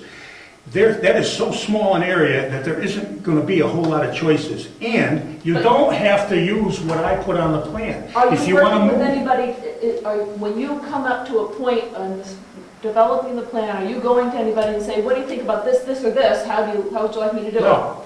I design for people all the time, and I am there to enhance their life. And when I build something, they tell me they want. Sometimes they give me magazine pictures and they can you reproduce this, and I reproduce it. Then they come to me and they say, and I do a preliminary drawing, can you move these walls? I want a little bigger room there, a little less room. That's part of the job of a designer, yes, and you do that. And that's in a house or that kind of a structure. What you're doing over here is you want to use the smallest possible but comfortable space for a handicap bathroom and utility room. That's the only thing that's going to eclipse the usable room in there. And then if you put another bathroom in, whether you do or not is irrelevant, you do it, if you want to do it. There's the drawing and how much space you need. You want to make it a little bigger? Make it a little bigger. You don't need to have another set of plans drawn in. If you're talking how many lights or what kind of fixtures, no, that's not up to you. You have to go to code. And you have to light it according to code. Now, you want to add 5 more lights and a whole other row of lights down the middle, you can do it. You'll pay the electrician X number of dollars per device and so much a light. That doesn't have anything to do with my plans. You're right, done. Well, it's because, No, now Gary, I think we can do anything in there as far as lighting, as Yep. long as we meet the minimum specs. If they want to get more lights, they get more lights. If you want more switches, you can get more, whatever, it's all worked into the thing. I would think you'd need to know, for wiring purposes at some point before you put the ceiling in, so the electrician would have to know, where to run the wiring. I would think that would be something you need to Or he can do it later. Only if you're going to go out for a spec. If you're going to have a spec and you're going to get a quote on it, it would be good to know some of these things. If we're going to leave the wainscoting up, it would be good to tell the electrician that when you quote this job, you've got to work from the top and not the bottom, because the wainscoting's up. So I think these are some of the design things that are going to impact the spec. Okay, good 2 point. electricians told me if you leave the wainscoting, there's no difference in price. Okay, well, But you have to now, remove you the top half. specify, we've done Don't this, surprise them. that's right, because we've run into this problem on a painting job, and we ran into a problem. Right, I think we need, and I understand where Rose coming from, everyone's going, I think we need the plans drawn up and we've given Gary some decent input, and I think we then are gonna have to then, as a group, work from the plans. And again, if there's changes we're gonna make to the interior, we work with Gary, change the interior, you know, if we wanna, you know, and that's why I think we need this drawing board to begin to work from, because right now we're working with, just from our minds. I think if we have a plan out, we can, as a group, sit around a plan and begin to visualize things a lot better. That's my only thought. And that's one way to approach it, as long as Sure. we're open to change. Because this is a draft proposal Yeah. that we could actually throw out and do something else. Right. So it's a proposal to start from. Right, and that's why when Gary said, if you want to move a wall, you want to do this and that, he's like, it's an easy fix. And if that's the case, then I think we need a starting point, and that's really, this is what it really is. We have to be willing to take the change then. Take the one. Change. If we want to put a change in, we have to be open to that change. I hope so, because that's the whole idea, that if, you know, there's certainly things you can't change, there's going to be 4 walls on a roof, but after that, you know, I would tend to think that this is, you can manipulate the inside to meet everyone's needs, and if there's wainscoting, there's blue board, that's the kind of stuff, and that's where I think, once we have a place, there'll be symmetry amongst the group as we begin to move forward after the initial foundation stuff. So let me try this. Yeah. Are we going to move forward with the spec for the cellar, the wall, and the floor, or are we going to wait for the entire plan? Well, let me put it to you this way, and I don't know, by the time you get this done, and I don't know how long this is gonna take at this point, and who's gonna be sitting here in charge of everything, I'm gonna draw up a little piece of paper, and if you guys don't sign it, I'm going home, and that is, if you go to an engineer, you'll pay me exactly the fee to the engineer. If you don't sign it, I'm not doing it. Well, Gary, we've said that we're not, but we're not going to be. That doesn't mean you're not gonna do it. Gary, we're not going to be, let's say, threatened or blackmailed. And I'm or not something gonna like have, that. and I'm not gonna be, no, it's a simple building I contract. think we've gone there, but we're not going to be, there are changes that we may want, that you may not want. Well, I don't care but what we you do, decide. You change anything you want. Okay. Change anything you All right, want. okay, I mean, we're Put just, the bathroom on the back of the building then. If you want to do that, then you'll pay the extra 5 or 10 grand to do it. I don't care. okay, I think that point's been voted and approved. That's right. So That's we right. can go. And it's ahead. not blackmail. The next thing that's a hot potato out there is what can be done before January 1st? You mean financially? What? No, what can you What- get done by, say you, whoever's Okay. doing this, get done by January 1st? Well, Or you do we gotta, have to wait till next year? you gotta go out for bids. That's gonna Right. take a certain amount of time. Nobody knows what those bids are gonna be. I have made a statement, and that I stand on, that I can guarantee that I can do this. Understand? But that doesn't mean I can get in here October 1st. I think the first thing is, when do we have some specs to go out for bid on? Well, you're gonna give me 2 weeks now, based on this conversation tonight and the lack of work that I did since Phil told me we're gonna clear the air. This is so rudimentary, floor, ceiling, and walls. Well, I'm concerned, I don't care about the partitions. I want this person, I'm speaking for myself only, because it's 3 votes, not 1, would like to see us start the project and get the things we talked about before the beginning of January. I do not want to wait till next year, because when we wait until next year, the whole can of worms opens up again. At least we got it started, the can of worms can be the final fine tuning. Can I ask this, or even consider this, like, make a motion? You don't need specs, you don't need anything.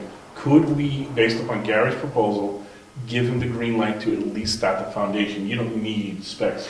I can't just drop my, I'm not sitting at home beating for No, entertainment. but if we gave you the green light, could you begin to get that process in motion of lining up contractors, getting materials loaded? The foundation, I would think, does not require plans. No, I did not volunteer for free to line up contractors and get materials. I never volunteered I that. thought, no, but I'm talking about hiring you to do it.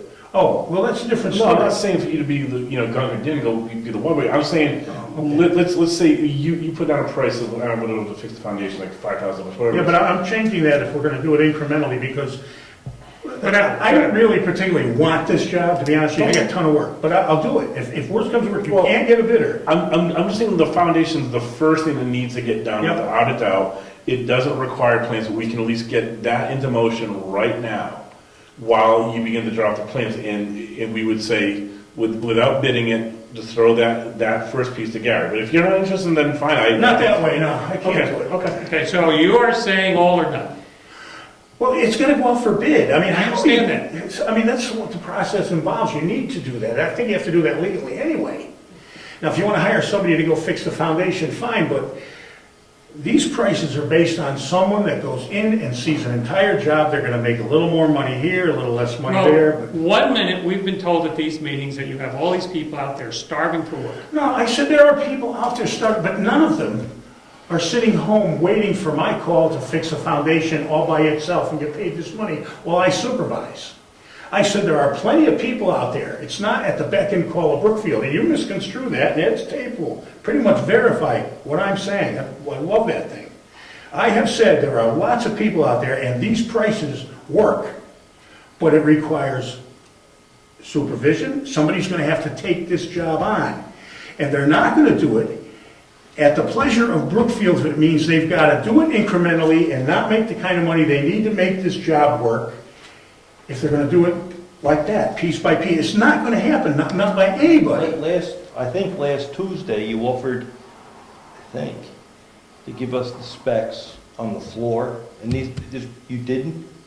No, I did not. Okay. He's got the tape. I offered to do the specifications on the entire project.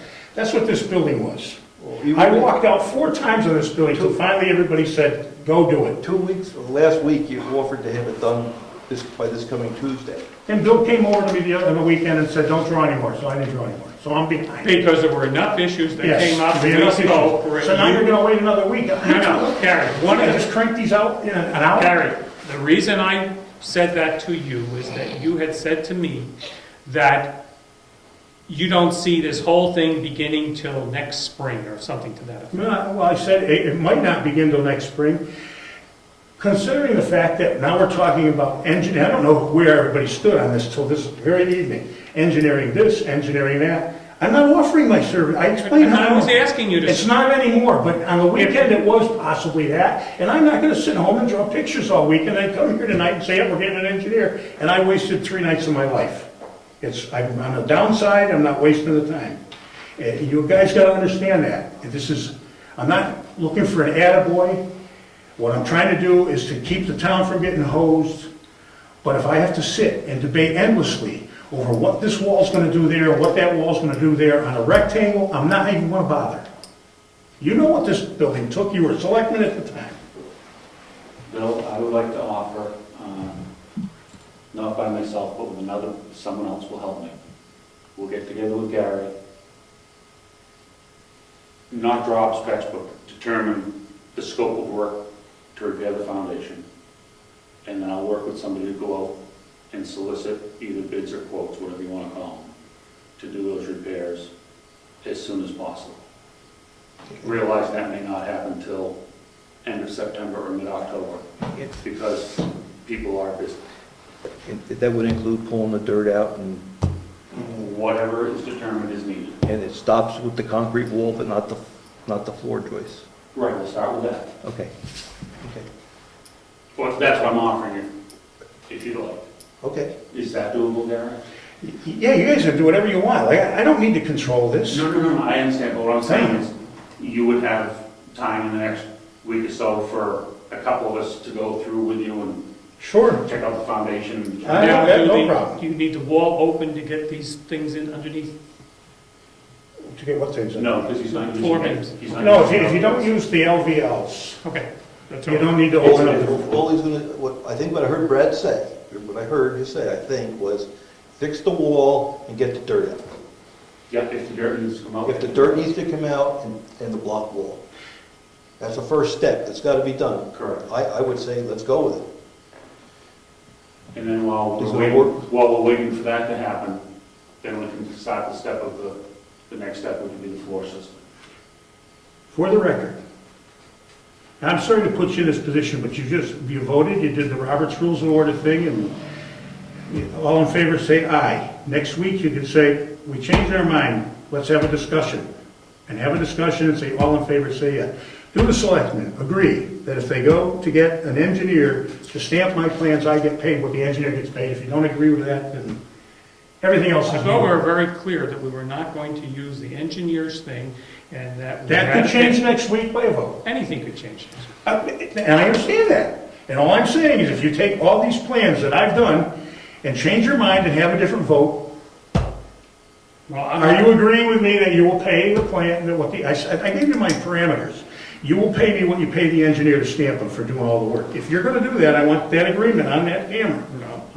If you're not gonna do that, I'm not doing the plans. Let somebody else do it. It'll be in your court. I don't care. The problem, Gary, is you're dealing with a legislative body and not a private individual or corporation. And even everything the state does says right in the contract, subject to revision and subject to the availability of funds. And so that's what you're dealing with here. And I'm not so sure as right now the selectmen can execute a contract for the entire project. I think what's going on here now on both sides is going to have to be a little bit of good faith. I didn't say that they have to accept my plans for the entire project. I said only if they go out and hire an engineer. That's all I said. Not, had anything to do with the plans. The plans are subject to change and revision. Right, but no. No problem. I'm just not working for free, Contractual. and let somebody else get paid $8,000 for my work, it's not happening. That's the way it is, and I can go home and watch TV. I got a lot of work at home to do it now. And if anybody thinks that that's reasonable for me to, not, and unreasonable for me, well, that's fine too, I don't care. No, nobody's asking that. I won't feel bad, I'll just go home. Yeah, no, nobody's asking that at all. Okay, I think we'll just call it a night. okay. Are we gonna take Brad's offer and move on that? No, I think we should, first, go ahead, I think we should hold, that's right. That's such a, it's the foundation, it's the most major part of this thing, but by the same stretch, it's probably the most, it's probably the part least attractive to most people to go dig and then pull this thing out. If we get that out of the way, then we at least have a starting point for real contractor work, floor, ceiling, that kind of stuff. I would prefer to get that foundation done out of the way, and it's probably, and again, it's probably the least attractive part of this entire job for any contractor, that they're going to dig that out and then fix those blocks. So I don't think it's a problem to get that ball rolling. That's what I was trying to propose earlier, and I you know. And what, I think what they're delivering is the specification. Or you're gonna get a contractor too. You're gonna go out for bids, or? God forbid. Whoever will help me will take care of soliciting the bids. Okay, okay. And have We'll bids submitted solicit, to we're not the choosing selectmen. bids. Okay. It's- Here's the folks have to make spec, offers. here's the spec, here are the bids we got for this spec, what do you want to do? Yeah, we'll take care of mailing out the bids to, picking as many folks as we can, within reason, to do that type of work. Minimum of 3. Minimum of 3. Now we get back to an issue though, Yes, sir. and I have to get, turns back to Gary. Gary has said he can do it for a set price. Mhm. He guarantees his price, is that correct, Gary? Yeah. And that would be on Gary's timetable when he does everything. Correct. That's one thing. If we do not go with Gary's system, that he has the contractors, will he allow us to use his plans or no? I sense no. You mean this stuff? Sure, I gave this to the town. No. Your drawings or anything else. Yeah, my drawings are not subject to me getting the job. I don't care who gets the job. I don't want the job. Okay. You just don't want expert review of your work by an engineer. I don't care if an engineer looks at it, but if you're paying a guy to do that, you're gonna pay me the same thing. That's all I want. I understand. You can hand it to somebody and say, what's your opinion? I don't care what you do. That's fine with But me. if, you don't want the town spending money on engineers to review. You can do that if you want. I don't have, I'm All right, in good, we made some big progress. I want to bring up one more. Go ahead, please. but you're paying me the same thing you pay the engineer. I think we should pay Gary for his work. Absolutely. I think we should, I don't want to know volunteer, I think we should pay him whatever the rate is for the deliverables. Whatever he's going to deliver, I think we should I think we should pay for it. And I don't know what the rate is. I have no idea what I just suggested. Oh, great. But you're doing real work. You're producing documents that we're gonna go out for specs. I think we should pay you for that. That's my opinion. Yeah, that works. You'll take it. Yeah, I mean, I'm ambivalent. I don't have any emotion tied up in this. It may look like I do, but I don't. It's just standard business to me. This is the way it's done. You may not be familiar with that, but I revolve in these circles all the time. That's my feeling. No, I would agree, because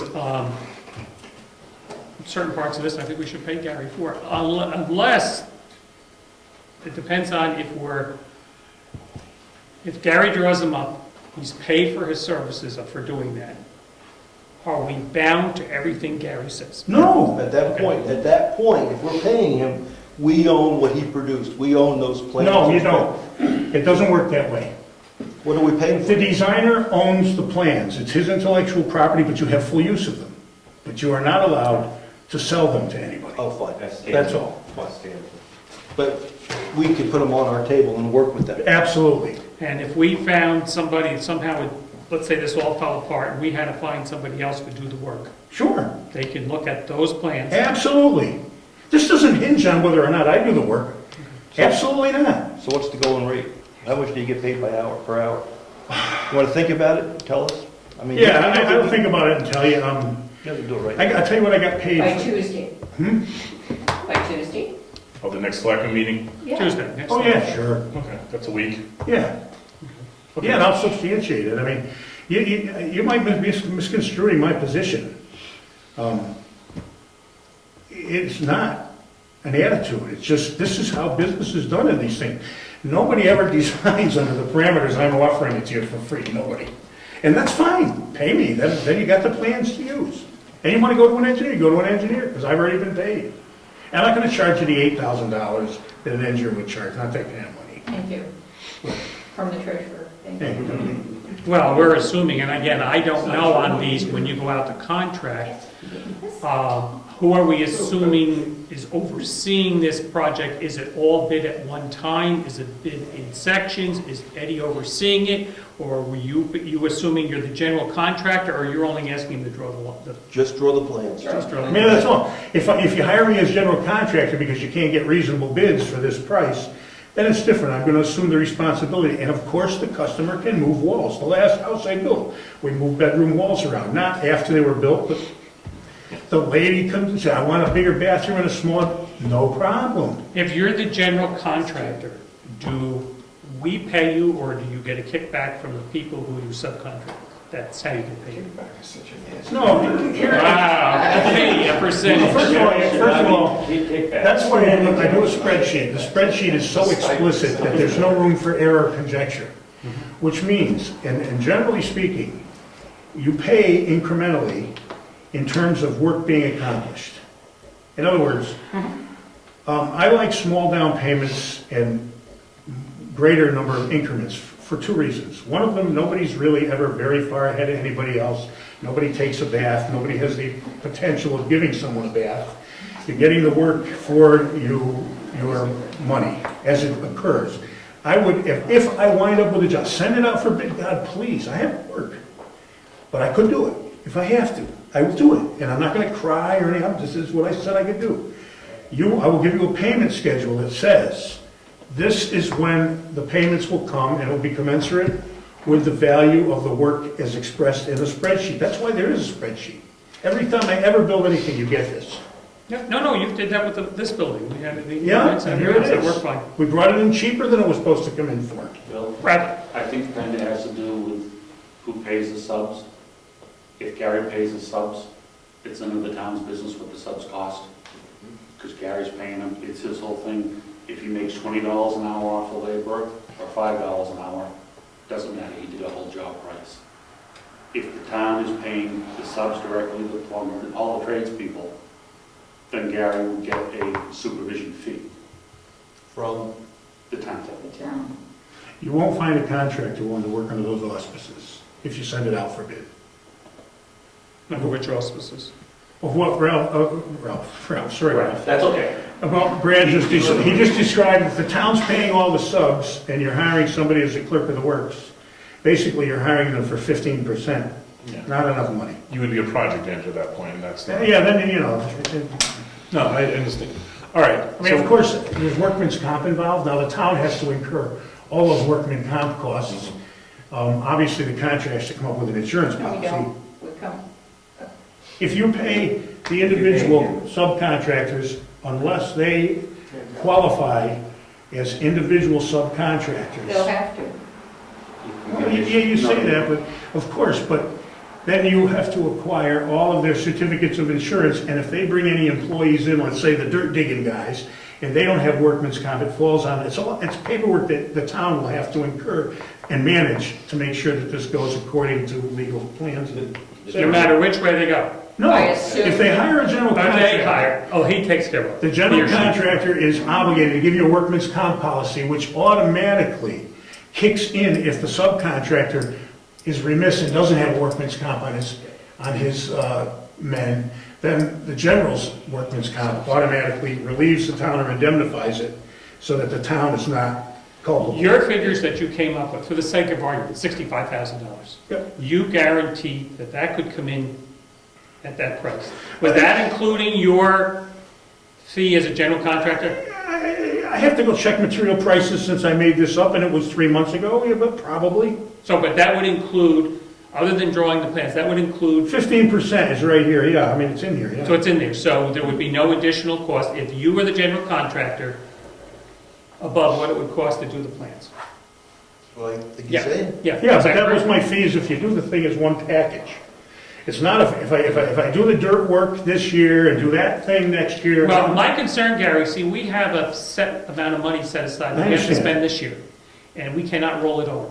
Yep. So that is my concern for starting something this year, because we have in that money that we put in the thing we presented to the taxpayers, that we had, I think it was $49,000 that we could put toward that package. We lose, I think it's $13,000, unless we spend $13,000 between now and January 1st. I understand, and if you look at Ed's tape of our second meeting here, I said, before you decide to incrementalize this, we all need to sit down and put our heads together about costs, because the picture's gonna change if it becomes incremental. I said it, it's on tape, I can go find it if I have to. All right. I just want you to understand that. But Gary, so you're saying that we could not do part of it before January, is that what you're saying? No, it might just work out that way, yes, but We need to know for $13,000, because that means 13 more we have to ask the taxpayers for next year. $13,000 for, the dirt work and... The dirt work and having the trusses on Are you site. talking about signing a contract with somebody for the whole project? Or just doing the dirt work by itself? And that's a separate entity all by itself? Are you talking about that? Right? Well, given we don't have a spec for anything else, the best we can do right now is. No, you get the specs before you make decisions. Obviously, that is part of the whole thing. If you're talking about go digging next week, you're not gonna get anybody in there by next Monday. You know, the plans will be in your hands long before you really need to dig under there. If you're talking digging before the end of September. I think if we started the work and obligated the town to make the payment, the money's considered spent. Yes. It's encumbered. Yeah, so as long as we say we contract with someone to do it, whether they start January 2nd, once we said do it, we spent the money. You're all right on that? You can hold in a trust until it has to be expended. Well, Can you buy that, Mary Lou, from a treasurer point of view? You can wait for a week, if you want to check. We've done that I would- before, but I don't know about that yes. long a period. Right. So the only other thing I would say to you is that basically this town operates as a cash basis, not an accrual-based system of accounting though. So under accrual accounting, yeah, we can do it, no problem. Under the cash system, which is what we currently run on, then it's a little more dicey, but See, when we set the taxes, Jean asked us if we Yes. have any contracts. that's due by September 1st. Of course. Oh, bad words. But she asked us if we've spent any money, I believe. Right. If we're going to, did we commit any money? Because she doesn't want to roll that over. Right.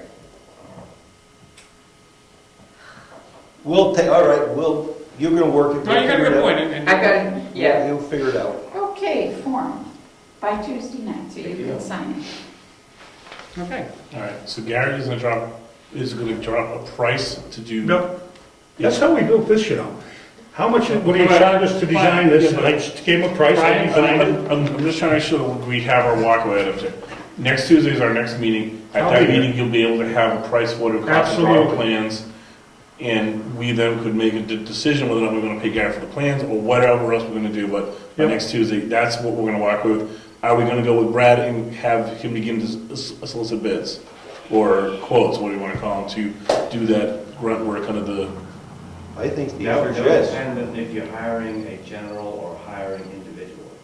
That's If what I you're was hiring going individually by the town, hiring contractors, you'll want to get a conditioned contract that they cover their insurance. That's what it well, yeah, we would absolutely have to be an additional name insured under their CGL policy, and that would be a given. I don't see any But other. if you would hire a general to run it all under his auspices, then you just hire. I'm just talking about that one Brad. scope of the project, be it the digging foundation, just so we get that out of the way. And again, I don't see that as a glamorous part of any kind of part of this work. If we can get that done, it's at least one thing out of the way. It would be just a simple contract for that one aspect of the job. And if we were to go that way, but let's at least get some bids rolling. And if we did, we would then. But the general, if we were to hire Gary as a general contractor, that would be his job to do If that. we hire Gary as a general contract, then that, we can say thanks for the bids, guys, but we've gone a different way. We're gonna go the general contract to do the whole scope. Or that's done already. Don't. Or if that that's part of the done already. project's done, Gary's like, that's one less thing I have on my checklist, it's You fine. on board with that, Gary? Yeah, in other words, if you get something done, I mean, there's no point in paying somebody twice for it. It's done, it's gone, it's out of the way, of Okay, course. that's good. And it's not a My major project. mission here is not to make money, although it is when I go to work. But the mission here is to save the town as much money as I can. It is, some of it's public spirit, some of it's not pay more in taxes than is necessary for any of us. But that's what I'm doing here. That's the reason. Now, we've heard you say you can quickly draw up the plan, so if we're paying it by the hour, you ought to have it done in an hour. So I'm only kidding, Gary, I'm just I know you are, I'm not. trying to save us money. Before we close down, yes, If we go with my offer, Mr. Chairman, who's my volunteer to work with me? I don't know. You're the one who said you had a That's clear. volunteer. If I had assistance. Oh, From a selectman? I don't care who it is. I just don't want to do it all We're by gonna hand out, I myself. think I got a volunteer there. I'm willing to help. if Oh, that's- Super, thank you. thank you. Oh, Got your thank mom you. to say Tom, Thank that's you. all right. Before they start any serious work in the townhouse, there are items, or in the schoolhouse, there are items that have to be removed. And I'm waiting for the selectmen to come up with a place to put these. I would think if we're going to do that, we'd have to move the cots and everything probably up on the stage, if nothing else, and move anything that they have back there to The desk, secure it, the wood stove, blackboards. whatever you can fit in there, You're gonna put them all in the Virginia's as office? much as you can. Virginia's office. Well, I don't know where you're gonna put the blackboards, I have no idea on that, but. You might be able to fit them in Virginia's You're not office gonna- through the door, no? No, The office isn't that big. I it's think, not that big and it's full. I think we might be shutting down the townhouse until this is. Oh, you know, it's a For corner what? off a small I area. was gonna say, you Where else can we make a gonna corner put- of it and say where else this we is gonna put it? storage. Yeah, we can corner. Yeah, we have to do something to protect the stuff, but Well, yeah, that's On the the stage? For the dirt work, it's not On relevant. the other side. Right, Oh, that's, yeah. that's the flooring work is gonna be relevant, right? Well, we're gonna take a walk around. That's pretty good. Yep. Underneath. Next, The next only week. time that becomes relevant is when you get into the walls We're gonna do a walk. and the ceiling, because they should be done together. All right, we're ready to go. All right, we'll Right? cross that bridge, but I think we need to make, Are we gonna do that next Tuesday? Next Tuesday, we're doing it at 6 or 6:30. You have a work thing, so we gotta ask What are we you. doing at 6? We're gonna do a building walk around. The selectmen are gonna We look. were doing that and not. I did too, but we rescheduled that. So the question is, if we're gonna do it at 6, I'd like to ask Brad to open that lock so we could get into the fire bay. Sure. Open all of them for you. Okay, and we'll get Eddie to open this up. Gary, why did they put Both. on this building the little, what do you call, where the little wooden things are along the edges? You mean the dental molding? Beautiful. That's all wood. No, it's not, it's Fipon, plastic. Oh. And the It's reason, peeling. huh? It's peeling. The paint's peeling. The paint, but not that white where it's, What part of it's peeling? The little square block, the detail. The paint's peeling off. Yeah. We didn't paint that. Well, That fight pond gave it to us that way, it was already white. yeah, well, it's not white now. I'll have to go look at that, In the back. that's an issue, I mean, you know why you go to fight pond? So you don't have to pay it. So you don't have to paint it. Back here. And Back here. they guarantee the work. Yeah.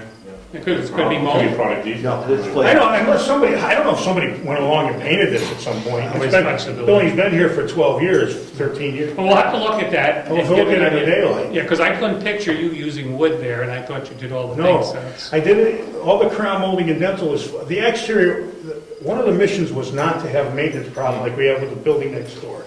So use all the stuff that's necessary, like the columns out front are bearings, they're steel columns with baked on powder coat. That was the whole thing. That was what the building commission consisted of Craig Evans, Chris and Ann Pinkham, there were several people on it at the time. And that was their stipulation. 6 or 6:30. 6, so wait for daylight? Can you do that, or you want? 6, I'll I'll get here. Okay, 6. 6, next week, we're gonna meet at 6, we're just gonna walk around from the shed to everything, just to get an idea of what we have out there as In- potential issues. In lieu of a building committee, we can put the list together. Can I say this about the blackboards and equipment? That to do the floor, you don't have to move anything out. When you get into the walls and the ceiling, and whether you get into it this year or not is another story, you may not. If you don't, it'll be after town meeting probably, because you're not gonna probably wanna run in there in the fall, in the middle of winter. The blackboards and everything can stay there, and then once you start the walls and the ceilings, that's not an extensive process. You're gonna be at it for 2 weeks to a month, depending on how fast you work, between insulation, sheet rock, a month. Then everything can go right back in from the townhouse. I mean, So what about the foundation? If you're, doesn't have anything to do with anything. The foundation, this building doesn't have to get elevated to repair this foundation. okay. I mean, that's part of the specifications on how it has to be done. You know, that's what I'm talking about. Closing rows. You had asked some questions in regards to having input and, fine tuning stuff. Were you walking away a little pleased, or not at all? Oh, a moment of silence here. I'm not totally pleased, but I think we can make it work. I mean, we've strived to get everybody, we could have just said, the three of us, this is what we're going to do. I think we've strived over the last 2 months to make it a thing where all the parties could come into agreement as best they can. And I want to go forward with that. That's my own thought. That's it. All good? Good. Meeting adjourned. Nice work, ladies and gentlemen.